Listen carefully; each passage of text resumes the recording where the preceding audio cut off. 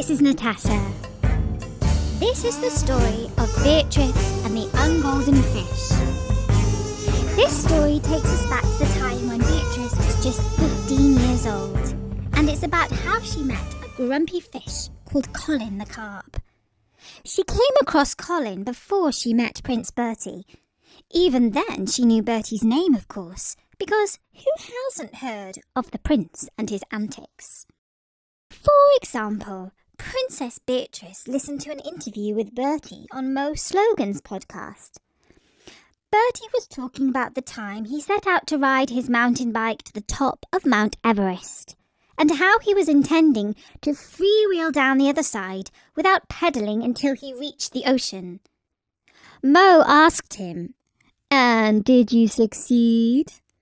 And Bertie replied, "No, unfortunately, I had to give up after I received a puncture in Kathmandu."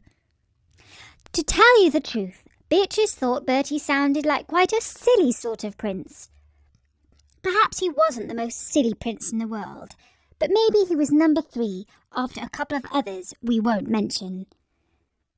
She really didn't give Bertie or any prince much thought.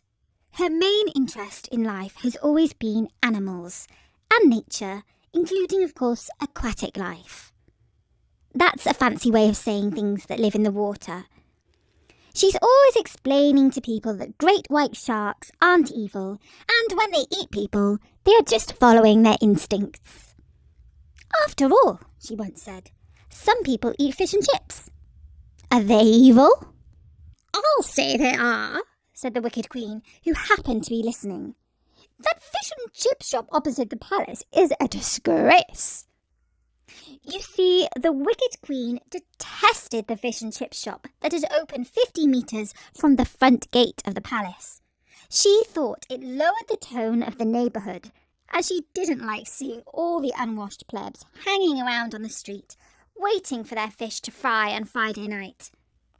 In fact, shortly after that, the fish and chip shop received a visit from the Royal Health Inspector and had to close because they put too much salt on the chips. The next morning, the Queen was singing, "You shan't have a fishy on a little dishy. You shan't have a fishy when the boat comes in." But Beatrice took little notice of her mother's vendetta against the shop. She did not eat fish because she was vegan. And although she liked chips, the oil gave her spots, so she didn't eat them either. Little did she know that the closing of the fish and chip shop was to change the entire course of her life. Every morning, Beatrice went for a walk in the deer park behind the palace. She loved looking at the deer, as well as the rabbits, the birds, and a few sheep that lived there. Her route took her past a pond and under a willow tree. Some swans had a nest on a pile of reeds, and sometimes they hissed at her. She carefully skirted around them and went to the other end of the pond where there was a bench. She sat down and gazed into the water, as she liked to do so often. Sometimes she might catch a glimpse of some fishy shapes under the water, and occasionally you might hear a big splash and see a glimmering back wriggling, or even an entire golden carp might leap out and catch a fly in its mouth. On this particular day, the fish were in a friendly mood. First, one of them popped his blonde head out of the water and opened and closed his mouth as if he were talking. But of course he made no sound, because fish can't talk, can they? Beatrice clapped her hands in delight. "Oh, you're so funny!" she exclaimed. "You're whispering sweet nothings to me." And then another fish joined in, doing the same thing. Soon they dived back into the pond, but it wasn't long before Beatrice saw at least 3 golden fish swimming around. "Fish are so beautiful," Beatrice said to herself. "I don't understand how Princess Jordan can be pescatarian," which means somebody who eats fish. For a while, the surface of the pond was quite still. Beatrice felt especially calm looking at the lily pads. After a while, another swam past where she was sitting. She had seen him before. He was a big carp, like the others, only his skin wasn't golden. It was sort of mud-coloured. He swam around in a circle, and then he poked his head out the water and looked at her with his mouth open. "Do you know who you remind me of?" she asked. And she was sure that the fish understood her words and shook his head in reply. "Well," she said, "you remind me of me." "How come?" asked the fish. "You're really beautiful, and I'm really ugly." Beatrice heard the fish's voice, but she didn't quite believe that it was the fish who was speaking. It seemed to her that somebody must have come up behind her. So she giggled just a little and finished her thought. "I look at you, and you aren't golden and shiny like the other fish. You are sort of duller, and yes, perhaps most people wouldn't notice you. That's how I feel. My stepmother won't let me buy the clothes I want, or let me do my hair the way I want, and she doesn't allow me to go to balls and parties like other princesses. And besides, I'm rather shy, just like a fish. So despite the fact that I'm a princess, nobody really notices me." "Well, you poor little princess," said the fish. "But at least you don't have my problems." Wow, this was odd. The fish's mouth moved when it spoke, and it was just like the words came from him. But of course, it had to be some person playing a joke on her, didn't it? Beatrice looked around. The only human being in sight was a dog walker, and he was far away. "Are you a trick fish?" she asked. "Like some sort of projection?" "I know, you must be a hologram." "A hologram?" asked the fish. "What makes you think that I'm a hologram? I'm a whole me, I am, or at least I am for now. Last night some kids came along and they are threatening to take my life away. They are." "You mean they want to murder you?" exclaimed Beatrice, standing up. "They mustn't, that's frightful. We need to preserve aquatic life. Not take it away." "I couldn't agree more," said the fish. "But these kids say that I shouldn't be allowed to live in this pond because my skin's not golden coloured. And one of them said that she would like to throw me on the rubbish heap. And then the other said, 'Don't do that. I know we can make him golden. Let's catch him and deep fry him in batter and eat him with chips.' And another said, 'That's a great idea. Tomorrow's Friday, which used to be fish and chip night until the wicked queen closed down the fish and chip shop.' And then the first one said, 'I've got a net at home. We'll come and get him tomorrow.' So, Your Highness, you are looking at a doomed fish. Tonight I shall be fried in golden batter, sprinkled with salt and cheap vinegar, and served up with oily chips." "Oh, no, you won't. I won't let that happen." "How are you going to stop them?" "I'm going to rescue you. That's what I'm going to do," said Beatrice. "Don't go away. I'm coming back to fetch you." Beatrice was already running back to the palace when the fish said, "Go away? What's she on about? Does she think I've got legs?" Beatrice soon returned with a couple of palace servants who were carrying a bathtub full of cold water. They put it down beside the pond and she called out, "Oh, fish!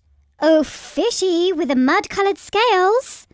Show me how you can jump into this lovely bathtub. I'm going to keep you safe until you can find a new home." At first, nothing happened. The pond was as calm as an ice cream soda. "Oh, fishy!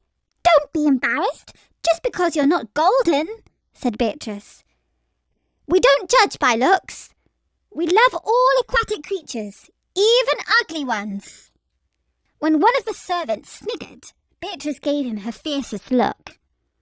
And at the very moment that her eyes were turned away from the pond, there was a loud splash as a huge mud-coloured cup landed smack in the middle of the bath.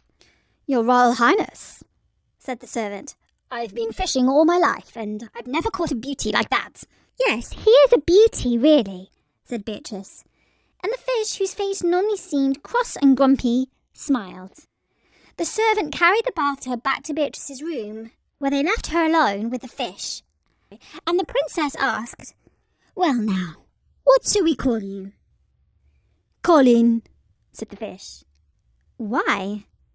"Because that's my name, Colin the Carp."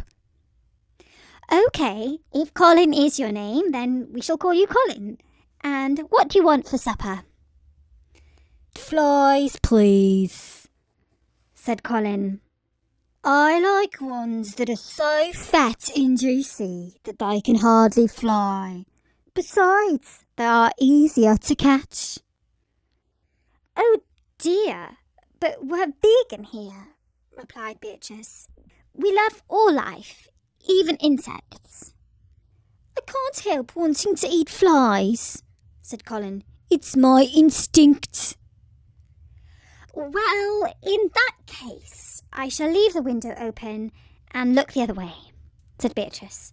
"And later I'll take a net down to the pond and fetch some green slime for your supper. You need to eat up your green veggies, you know." "Slime is okay," said the fish. "And weeds."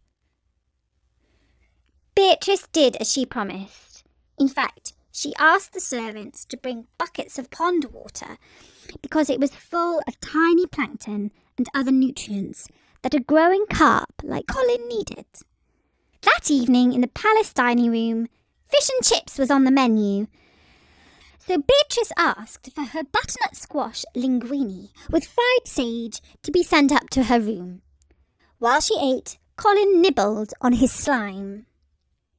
"I hope you won't find life in the palace boring," said Beatrice. "I don't go out a lot, I'm afraid." "I was going to ask," said Colin, "can you take me to a football match? Because I've never been to one." "That might be tricky," said Beatrice, looking at the bath. "I wouldn't want you to go out of your way for me," said Colin tragically. "Oh, I forgot to tell you. Since you saved me from the frying pan, I can grant you 3 wishes." What kind of wishes?" asked Beatrice. "The usual things. Money, power, and revenge." I don't want any of those things," said Beatrice. "How about saving the Anatolian water frog from extinction? I read in The Guardian that a ferocious appetite for frog's legs among the French and Belgians is driving species in Indonesia, Turkey and Albania to the brink of extinction. Europe imports about 200 million frogs every year. Did you know that? I could hardly believe it when I read it. It's got to stop." "You want to save frog's legs?" asked Colin, astonished. "Well, your wish is my command. That's done. Frog's legs are forever off the menu in France and Belgium. You've still got 2 more wishes left. My advice is to think of something really selfish. You won't regret it." Selfish? Oh, I couldn't waste a wish on myself. Now, let me see. Can you stop the Arctic ice extent from melting too much each summer? "If you ask me," said Colin, "that's another waste of a perfectly good wish. But consider it done. Now listen, you've done me a big favour, and I'm going to do you one. You are clearly a princess with a lovely heart. You are caring and compassionate. But you need to look after yourself. If you are confined to the palace and not allowed to be your true self, what good will that do anyone? You have just 1 wish left. Just this once, Wish for something for yourself. If you don't mind, said Beatrice, I'll save my wish while I sleep on it.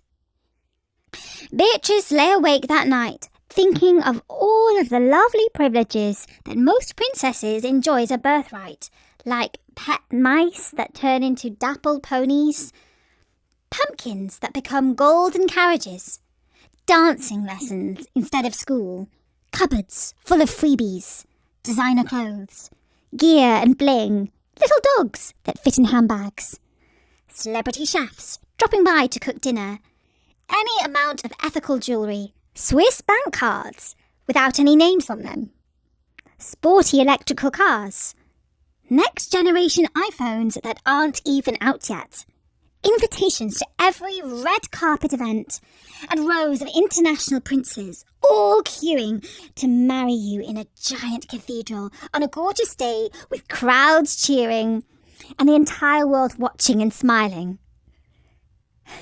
Her stepmother, the wicked queen, was never going to allow her to have any of that because she was too stingy and mean. But now she could have it all. She only had to make one fishy wish. It was so very tempting. But no, she wasn't that sort of selfish princess. She wanted to dedicate her life to biodiversity. But then again, didn't she deserve just a little bit of happiness?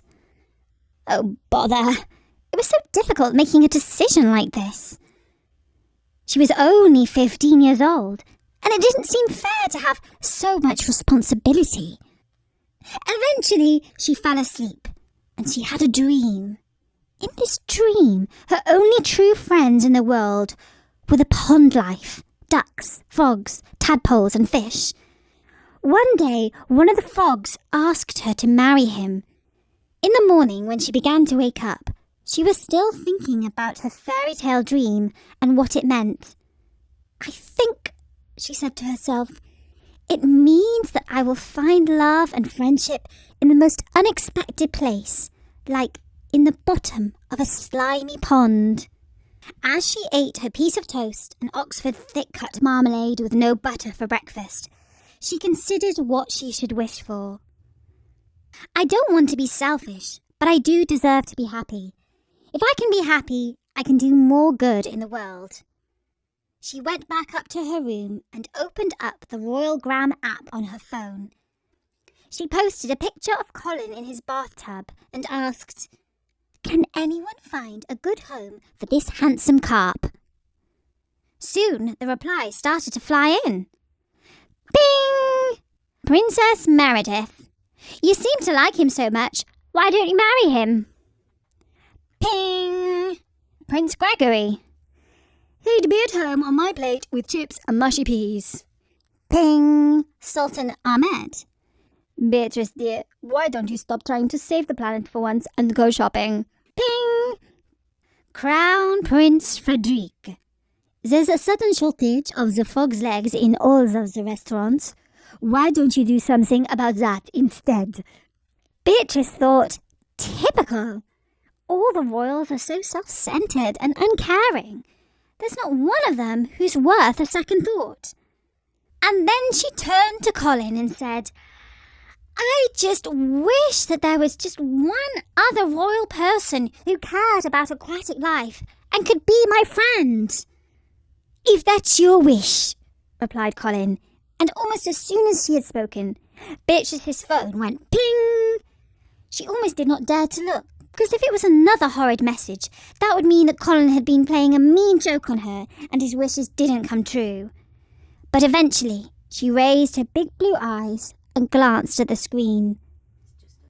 Prince Bertie. Dear Beatrice, we've not met before, but I would be more than delighted to adopt your homeless carp. He is most welcome to join our inclusive community of aquatic life in the pond at the bottom of our garden. Wow, said Beatrice out loud. What a nice chap. No wonder other royal people say mean things about him, like he's silly and does stupid things. They don't like him because he's nice, and they are all mean. And then she turned to Colin and said, "Would it be okay if I had just one more tiny weeny wish? When I'm old enough, I'd like to marry Prince Bertie." "I'm sorry, Your Royal Highness," said Colin. "I'm only allowed to give you 3 wishes. I did try to tell you to be more selfish. I can't make Prince Bertie fall in love with you and ask you to marry him, however much I try.